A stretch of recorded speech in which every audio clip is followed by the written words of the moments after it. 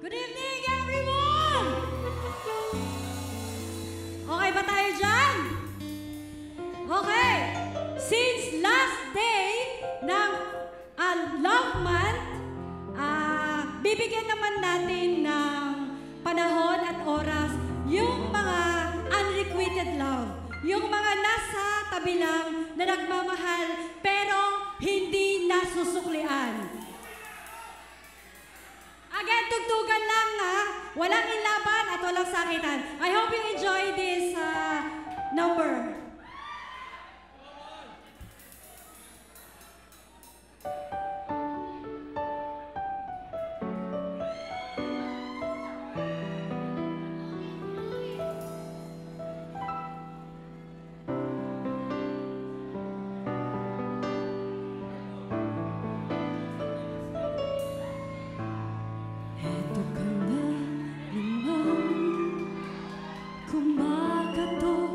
Sa aking pintuan, muling naghahanap na makakausap.